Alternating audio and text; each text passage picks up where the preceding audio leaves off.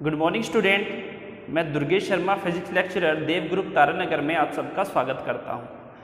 हमने 11th physics में पिछली वीडियो में ये पढ़ा कि व्हाट इज़ द फिजिक्स, और इसको हमने सबसे पहले साइंस से पढ़ा कि साइंस क्या है, और साइंस की सभी ब्रांचों में हमने देखा फिजिक्स क्या है। फिजिक्स के बारे में मैंने बताया था, physics is the branch of physics in which we study about the nature and natural phenomena. मतलब जितने भी इस प्रकृति के मूल नियम हैं और जो भी इसमें बदलाव होते हैं, इनका जो अध्ययन हम जो करते हैं वो फिजिक्स में करते हैं। इसके अलावा फिजिक्स की बहुत सी परिभाषाएं हैं। इसके बाद मैंने बताया था फिजिक्स को दो भागों में बांटा गया था। एक भाग जो था वो था क्लासिकल फिजिक्स, सन 1900 से पहले की फिजिक्स, और एक भाग जो था वो सन 1900 के बाद की फिजिक्स है, और उसको कहा हमने मॉडर्न फिजिक्स, मतलब आधुनिक भौतिकी। क्योंकि सन 1900 में ऐसा हुआ था, सन 1900 तक हमारे सारे वैज्ञानिक ये मान के चलते थे कि फिजिक्स मतलब नेचर से रिलेटेड जितने भी नियम है सब खोजे जा चुके हैं, लेकिन ऐसा नहीं था। वो ये मान के चलते थे खोजे जा चुके हैं, अब जो भी है थोड़े बहुत बदलाव बाकी हैं, और कुछ जो क्वेश्चंस हैं जो खोजे जा रहे थे क्या बस इनको खोजना बाकी है। लेकिन मैक्स प्लांक की क्वांटम सिद्धांत की खोज के बाद जो भौतिक स्वरूप बहुत तेजी से बदला, और तेजी से बदलने के बाद नई नई ब्रांचों का जन्म हुआ, और इन ब्रांचों को हम, इन शाखाओं को हम फिजिक्स की जिस भाग में पढ़ते हैं वो मॉडर्न फिजिक्स है, जिसमें हमने न्यूक्लियर फिजिक्स के बारे में पढ़ा, हमने मोलिकुलर फिजिक्स के बारे में हमने थोड़ा सा इसके डिटेल में देखा था हमने इसे। इसके अलावा जो अदर ब्रांच है इस मॉडर्न फिजिक्स की, उसमें है पार्टिकल फिजिक्स है, मेडिकल फिजिक्स है, जियो फिजिक्स है, इलेक्ट्रॉनिक्स है, और हम कहें तो स्पेस के बारे में, स्पेस से रिलेटेड भी, स्पेस कम्युनिकेशन कहें या स्पेस फिजिक्स कहें, तो ये सारी चीज़ है। लेकिन आज की जो हमारी वीडियो बहुत ही ज़्यादा इम्पोर्टेंट वीडियो है। क्यों? क्योंकि ये जो वीडियो है ये एक बेस है, एक आधार है। क्योंकि फिजिक्स मतलब होती है थ्योरी, मैथमेटिकल एनालिसिस मतलब गणितीय विश्लेषण, और जो थर्ड पार्ट है वो है न्यूमेरिकल, अंकित प्रश्न जिसे कहें। और न्यूमेरिकल जो है वो फिजिक्स की एक रीढ़ की हड्डी है। फिजिक्स में अगर जो न्यूमेरिकल जो प्रॉब्लम कर सकता है, सोल्व कर सकता है, और न्यूमेरिकलों की जो स्ट्रेंथ जो बहुत अगर अच्छी होगी, तो मतलब उसकी फिजिक्स बहुत स्ट्रॉन्ग है।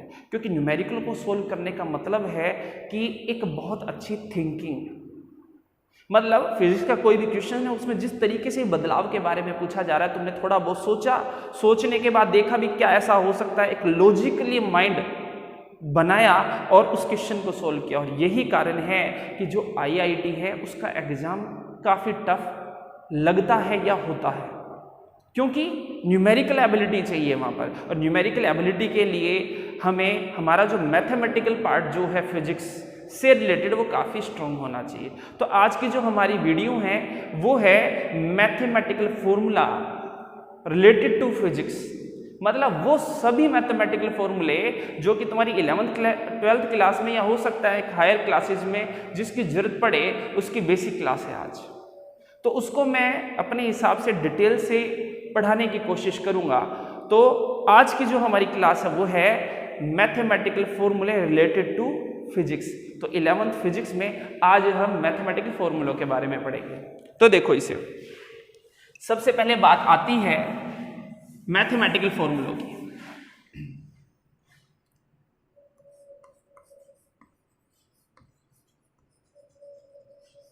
मैथमेटिक्स फॉर्मूला आज रिलेटेड टू फिजिक्स,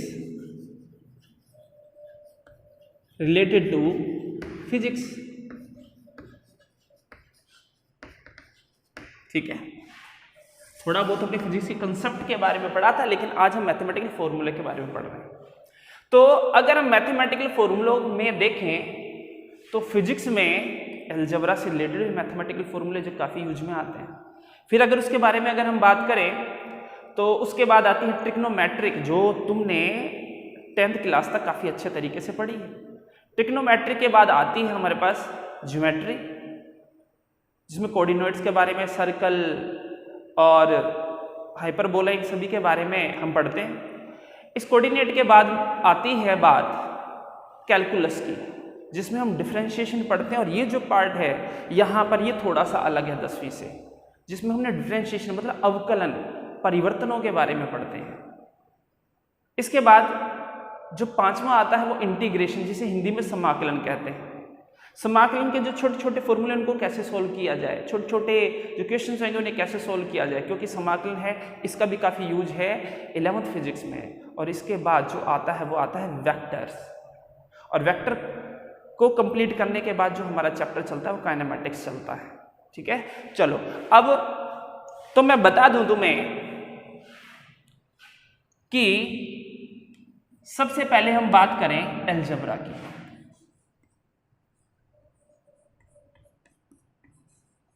अलजेब्रा जिसे क्या कहते हैं, बीजगणित।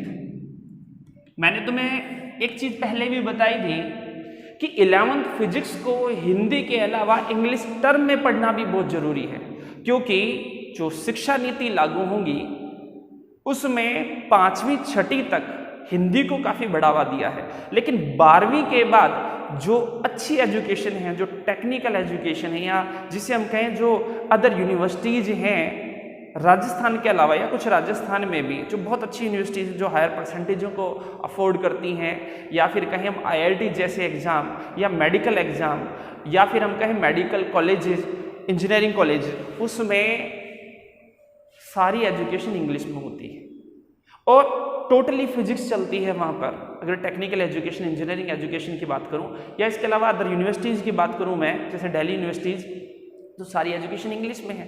लेकिन यहाँ अगर हम इंग्लिश टर्म को पढ़ते हैं हिंदी के साथ साथ तो काफ़ी हेल्पफुल हो जाती है उस टाइम की फिजिक्स को समझना और पढ़ना। इसलिए हिंदी के साथ साथ जो इंग्लिश में टर्म यूज कर रहा हूँ इसको भी समझना बहुत ज़रूरी है, ध्यान रखना। चलो अब बात करते हैं अलजेब्रा की।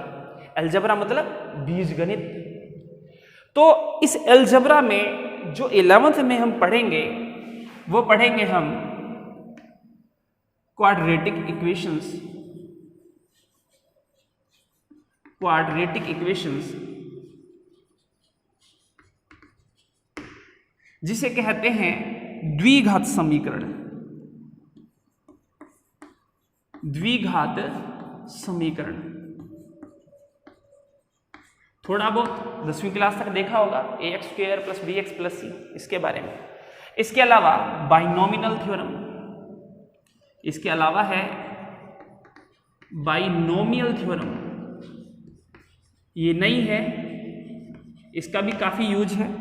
इसे कहते हैं बाइनोमियल को कहते हैं द्विपद प्रमेय। तो अलजेब्रा में 11th और 12th के लिए क्वाड्रेटिक इक्वेशन, द्विघात समीकरण और बाइनोमियल थ्योरम, द्विपद प्रमेय का काफ़ी यूज है।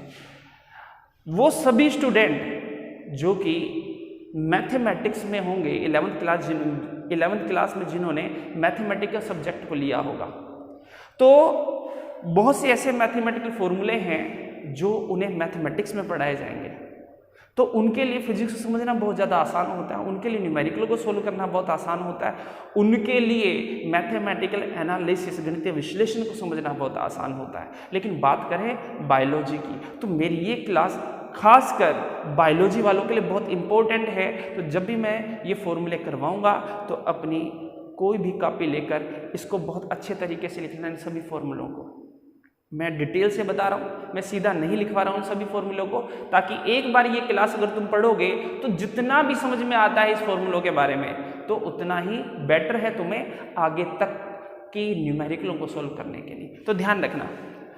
तो क्वाड्रेटिक इक्वेशंस, द्विघात समीकरण, बाइनोमियल थ्योरम, बेसिकली हम इनको अच्छे तरीके से सोल्व करेंगे जो कि अलजेब्रा में आता है। सेकंड अगर हम बात करें ट्रिग्नोमेट्री,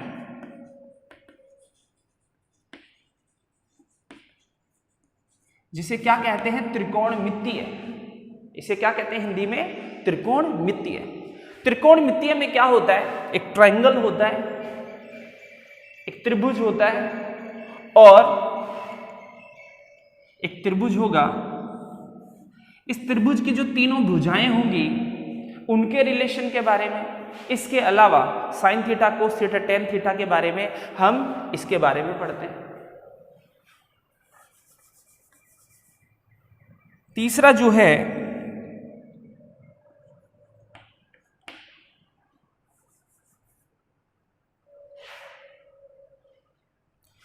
कोऑर्डिनेट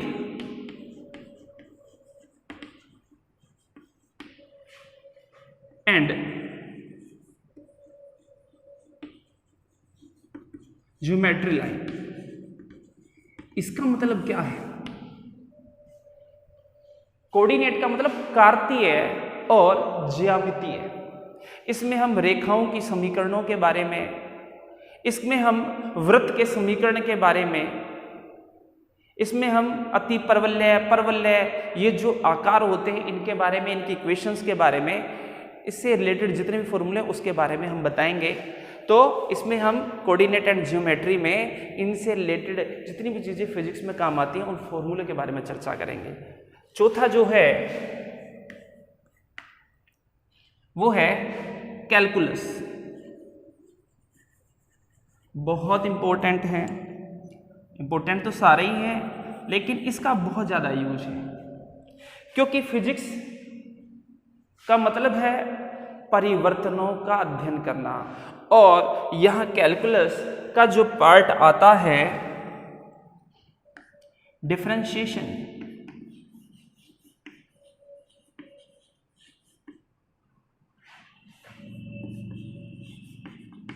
जिसे अवकलन कहते हैं,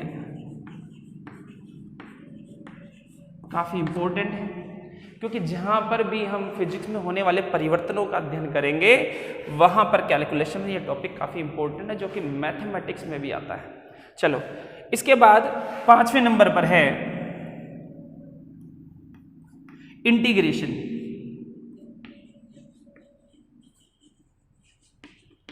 जिसे कहते हैं समाकलन।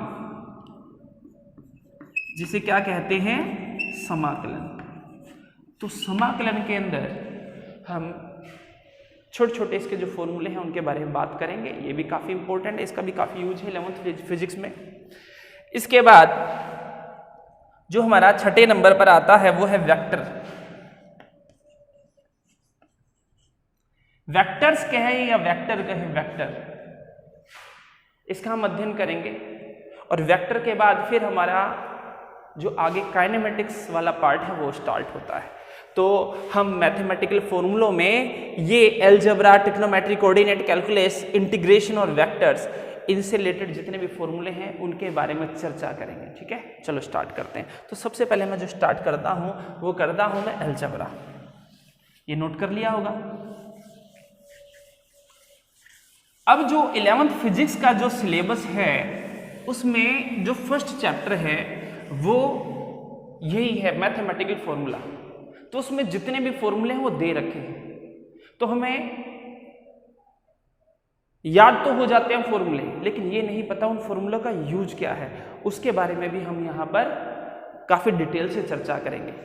तो सबसे पहले हम जो बात करते हैं वो करते हैं अलजेब्रा की। अलजेब्रा, बीज गणित। तो देखो, इसे बात करते हैं अलजेब्रा की।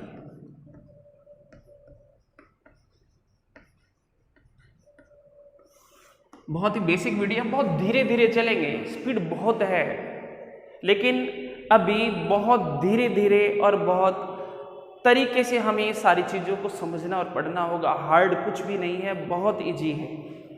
लेकिन जब हम इन जो जीरो क्लासेस जिन्हें कहते हैं, हम इनको अगर समझ लेते हैं तो आगे फिजिक्स को समझना बहुत ज़्यादा आसान हो जाता है।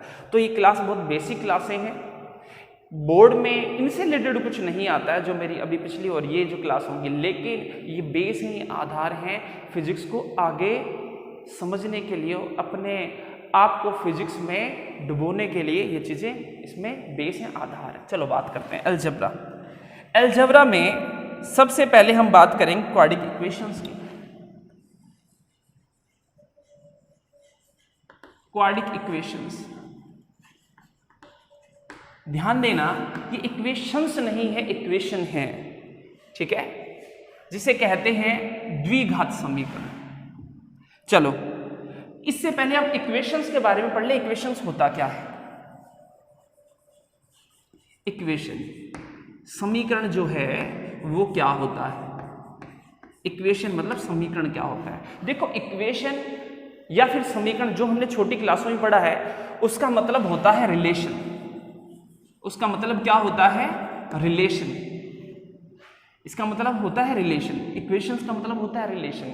और ये क्या बताता है? अननोन वैल्यू को।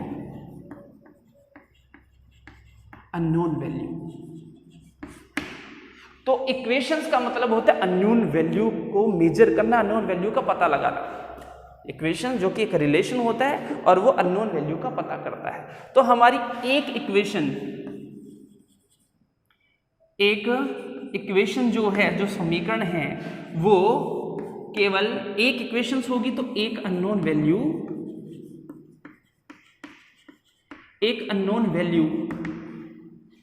के बारे में हमें पता करवाएगी। इसका एक एग्जांपल लेते हैं। जैसे एक समीकरण की बात करें तो समीकरण है जैसे हमारे पास 2x + 3 = 0। अब ये समीकरण क्या है? केवल एक ही है। तो इसमें अननोन वैल्यू कौन सी है? इसमें जो अननोन वैल्यू है वो है x। इसमें अननोन वैल्यू क्या है? x। और यहां पर x का मान कितना होगा? -3/2। तो देखो ये एक समीकरण थी जिसमें एक रिलेशन क्या था कि अननोन वैल्यू जो कि x थी उसके बारे में पता चला, जो x = -3/2। जितनी इक्वेशंस होंगी उतनी ही अननोन वैल्यू का पता लगाया जा सकता है। जैसे अगर हमारे पास 2 इक्वेशंस हुई, तो हमें 2 अननोन वैल्यू का पता चलेगा। जैसे एग्जांपल है, जैसे हमने लिया x + y = 2 और x - y = 1। तो देखो एक तो ये समीकरण है और एक ये समीकरण है, 2 इक्वेशंस हो गई हमारे पास। तो 2 इक्वेशंस है तो मतलब 2 अननोन वैल्यू का हम पता कर सकते हैं। यहाँ पर जो x और y होंगे, तो यहाँ पर अगर हम x की बात करें तो कितना हो जाएगा? 3/2। और अगर y की बात करें तो कितना हो जाएगा? यहां पर आ जाएगा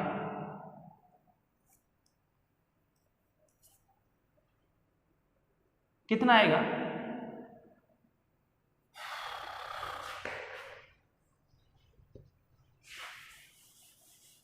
देखो इसे इस तरीके से सोल्व कर सकते हैं। 2x, इसको देखो सोल्व करने का तरीका भी तुमने देखा होगा। 3x बराबर में कितना हो जाएगा? 3/2। और अगर हम y की बात करें तो y में कैसे सोल्व करते हैं? यहाँ पर नीचे अगर माइनस, यहाँ पर माइनस माइनस प्लस हो जाएगा, या माइनस हो जाएगा तो x से x कट जाएगा और यहाँ पर 2y हो जाएगा और y बराबर भी क्या हो जाएगा? 3/2। ठीक है, तो इस तरीके से। या फिर हम एक काम और कर सकते हैं, अगर यहाँ पर x का मान भी अगर हम रख देते हैं, अगर यहाँ x का मान भी अगर रख देते हैं, क्योंकि हमें x की वैल्यू तो पता चल गई है, तो 3/2 + y = 2। तो y बराबर में कितना हो जाएगा? 2 में से 3/2 गया, 3/2 1.5 होता है, तो कितना हो जाएगा? 0.5, मतलब 1/2। तो y का मान कितना हो गया? 1/2। तो ये चीज होगी। ठीक है, तो इस तरीके से जितनी हमारे पास इक्वेशंस होंगी उतनी ही वैल्यू को हम क्या कर सकते हैं? मेजर कर सकते हैं। तो अब बात करते हैं इक्वेशंस का मतलब हमें पता चल गया, समीकरण का हमें पता चल गया। इक्वेशन मतलब अननोन वैल्यू है, जितनी इक्वेशंस होगी उतनी अननोन वैल्यू का पता लगाया जा सकता है। लेकिन फिजिक्स में ऐसा भी होता है कि इक्वेशंस एक होगी लेकिन उसकी वैल्यू 2 हो सकती हैं। जैसे अननोन वैल्यू, अगर हम बात करें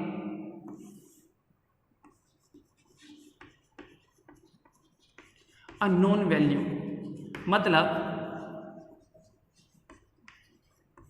इक्वेशंस तो एक हो गई लेकिन अननोन वैल्यू जो होंगी वो 2 होंगी। कैसे? इसका एक हम एग्जाम्पल लेते हैं। मान के चलते हैं एक बिल्डिंग है,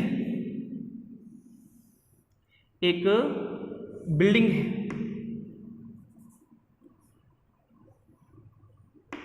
और इस बिल्डिंग पर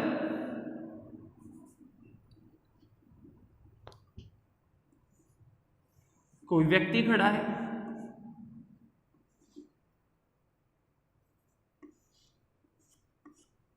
कोई व्यक्ति खड़ा है और यहां से एक बॉल है जिसे ऊपर की ओर फेंका जाता है। यहां पर ये जो बिल्डिंग है इसकी जो हाइट है वो h है और जब इसे ऊपर की ओर फेंकते हैं तो गेंद कुछ इस तरीके से जाती है।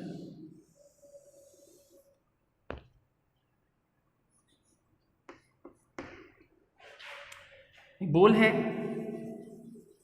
तो देखो इक्वेशंस एक हो अननोन वैल्यू 2 हो, ऐसा भी हो सकता है। कब होगा वो बताते हैं। तो मैंने बताया था यहां पर एक बिल्डिंग है जिसकी हाइट h है, वहां पर एक आदमी खड़ा है, व्यक्ति खड़ा है और क्योंकि इसकी हाइट h है एक गेंद को ऊपर फेंका जाता है तो गेंद जो है वो ऊपर जाती है और वापस नीचे भी आती है। अब क्या है, क्वेश्चंस ये है कि गेंद जो है हाइट h पर कितने समय में पहुंचेगी। तो देखो इसे बात करें तो जब गेंद, क्योंकि यहां पर दो स्थितियां हैं, गेंद ऊपर जब जाएगी और नीचे वापस आएगी तो ये जो है h हाइट पर वो t की 2 वैल्यू लेगी, क्योंकि कुछ समय के बाद वो इस h हाइट पर ऊपर की ओर जाएगी और जब इसी h हाइट पर जब वापस आएगी तो भी कोई समय लेगी। तो यहाँ पर t के 2 वैल्यू हैं। यहाँ पर t की क्या है, 2 वैल्यू है। अगर हम समय की बात करें, यहाँ पर h है इतनी हाइट पर, t के 2 मान हैं और एक तो तब जब गेंद जाएगी और एक गेंद जब आएगी। तो यहाँ पर हम कह सकते हैं इक्वेशंस के द्वारा हम फिजिक्स के अंदर 2 अननोन वैल्यू को भी मेजर कर सकते हैं, या ऐसी स्थितियां हो सकती है कि जहां पर हमें 2 अननोन वैल्यू को मेजर करना पड़ेगा। ठीक है, तो अब बात करते हैं हम क्वाड्रेटिक इक्वेशंस की, जो मेन मुद्दा था हमारा। चलो अब उसको देखते हैं। तो इक्वेशंस के मतलब समीकरणों के बारे में तुम्हें पता चला कि समीकरण मतलब होता है अननोन वैल्यू को मेजर करना।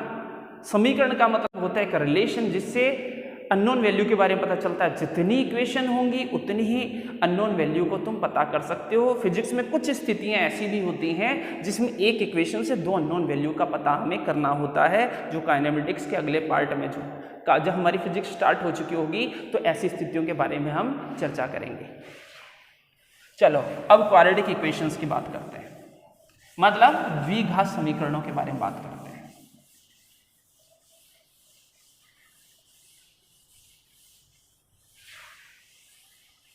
देखो ये जो क्लास है फिजिक्स की, इसमें केवल तुम्हें समझना है, समझना बहुत है।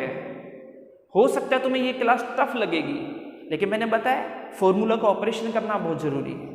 फॉर्मूलों का मैं यहाँ ऑपरेशन करने की कोशिश करूंगा, बाकी फॉर्मूले तो हमें सीधे याद हो जाएंगे, किताब में भी लिख रखे हैं, कोई टीचर तुम्हें सीधा भी पढ़ा सकता है। मैं यहाँ पर फॉर्मूले लिख देता और फॉर्मूले लिखने के बाद ये कह देता ये फॉर्मूले ये तुम्हें याद करने फिजिक्स में काम आएंगे, लेकिन नहीं, क्योंकि हमें यहाँ पर फॉर्मूलों का ऑपरेशन भी करना होगा। ठीक है ना, तो ध्यान रखना। और यही पार्ट जो मैथमेटिकल वाले स्टूडेंट हैं, तो मैथमेटिक्स में भी ये जो सारी चीज़ें हैं वो तुम्हारी आने वाली हैं, तो उसमें भी तुम्हें काफ़ी हेल्प मिलेगी इस तरीके से समझ के या पढ़ के। तो इसे नोट तो तुम्हें करना ही है, साथ में समझना बहुत ज़्यादा जरूरी है। तो नेक्स्ट जो हम बात करते हैं वो बात करते हैं क्वाड्रेटिक इक्वेशंस की।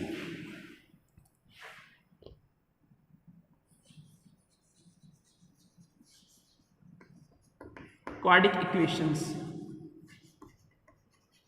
मतलब द्विघात समीकरण।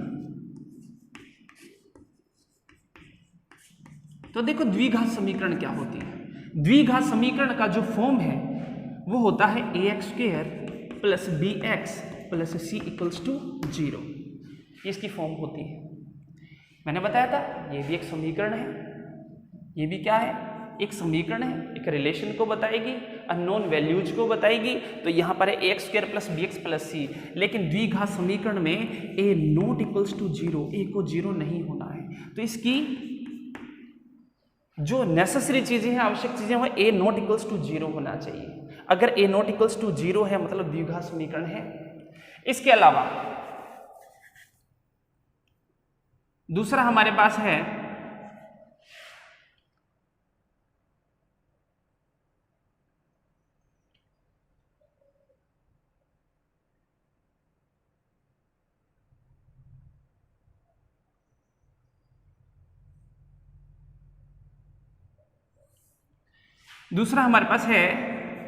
यहां पर a, b और c जो कि कोफिशिएंट हैं x के, वो क्या है? कांस्टेंट है, नियतांक है। तो अगर द्विघात समीकरण की फॉर्म होगी तो उसमें a not equals to zero होगा, मतलब एक्स स्क्वायर का जो कोफिशिएंट है वो जीरो होगा, a b c है वो दो कांस्टेंट होंगे। इसके अलावा x की जो मैक्सिमम पावर होगी वो क्या होगी? 2 होगी, मतलब x की स्क्वायर मतलब 2 पावर होगी। x से ज्यादा की होगी तो वो पॉलिनोमियल में आ जाएगा। ठीक है, तो ध्यान देना।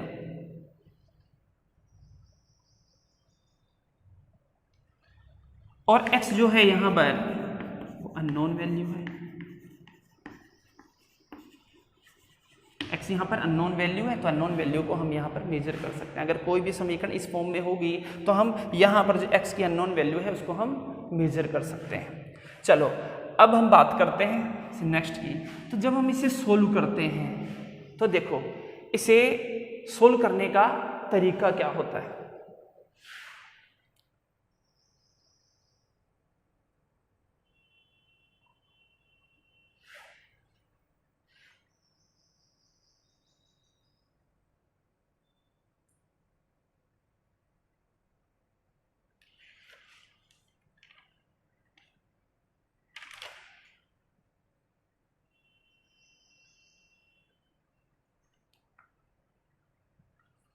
तो देखो इसे, तो यहां पर अगर हम अननोन वैल्यू x का मान ज्ञात करना चाहते हैं तो यहां पर एक फॉर्मूला है minus B plus minus under root B square minus 4ac बटे में 2a। जो फैक्ट रिलेशन है उसकी वजह से जो अननोन वैल्यू x का मान अगर हम ज्ञात करना चाहते हैं तो minus B plus minus under root B square minus 4ac बटे में 2a धराचार्य नियम कहते हैं इसको। तो x का मान हम यहां से ज्ञात कर सकते हैं। तो यहां पर x के 2 मान आएंगे, ध्यान रखना।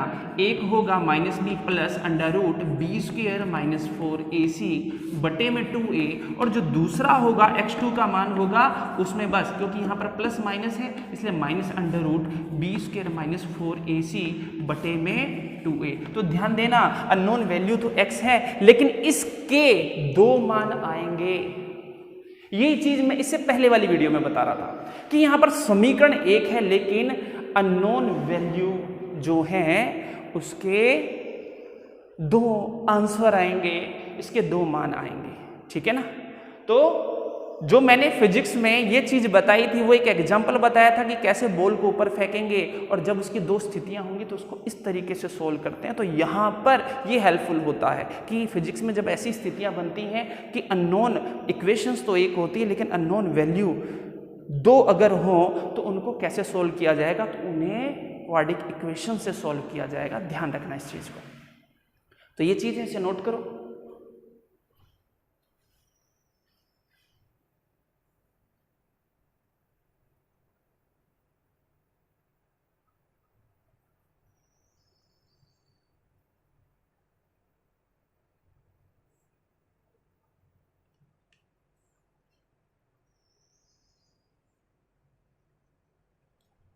चलो अब बात आती है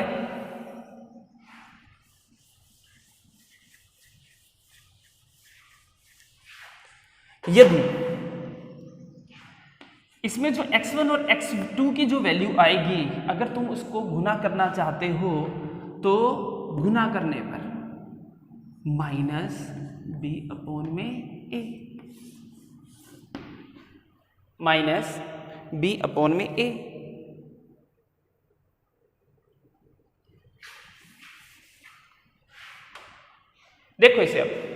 यदि तुम ये x1 और x2 जो कि अननोन वैल्यू है, इनका मान आया है, अगर तुम इसे सोल्व करना चाहते हो तो इसकी जो वैल्यू आएगी x1 x2 को मल्टीप्लिकेशन गुना करने पर c अपॉन में है, और अगर इनको ऐड करना चाहते हो तो इसकी वैल्यू आएगी माइनस b अपॉन में a।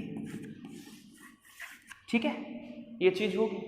इसमें जो b स्क्वेयर माइनस 4ac है, इसे हम डेल से शो करते हैं। इसका मतलब होता है डिस्ट्रीब्यूशन, डेल से शो करते हैं। अगर इसका मान 0 आता है तो इसका मतलब है x1 इक्वल्स टू x2 है, मतलब a की वैल्यू है, एक इक्वेशंस की a की वैल्यू, एक अननोन वैल्यू को हमने सोल्व किया जो कि x1 का मान x2 होगा।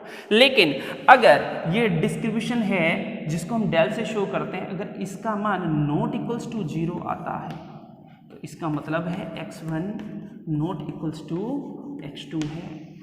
ठीक है, तो ये चीज है, इसको नोट करो।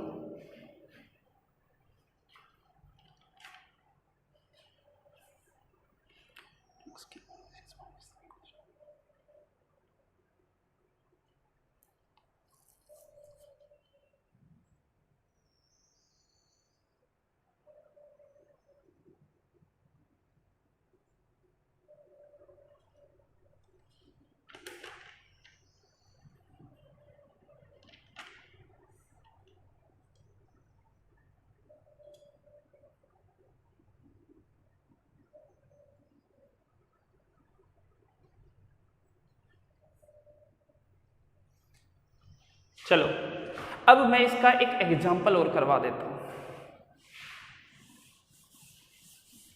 तो देखो द्विघात समीकरण को कैसे सोल्व करते हैं। तो अगर मेरे पास, मैं मान के चलता हूं, मेरे पास एक द्विघात की समीकरण है, क्वाड्रेटिक इक्वेशंस है, 2x स्क्वायर, मैं ये ले लेता हूं, 2x square minus x minus 3 equals to 0। ये मेरे पास एक क्वाड्रेटिक इक्वेशंस है जिसकी अननोन वैल्यू x है। अब हम देखते हैं इसको कैसे सॉल्व करेंगे। तो सबसे पहले हम इसकी तुलना जो द्विघात समीकरण है, मूल द्विघात समीकरण, उससे कर लेते हैं। वो है ax square plus bx plus c equals to 0। तो देखो यहाँ x स्क्वायर का कोफिशिएंट 2 है, x का कोफिशिएंट यहाँ पर -1 है, और जो c है वो इक्वल्स टू -1 है, -3 है।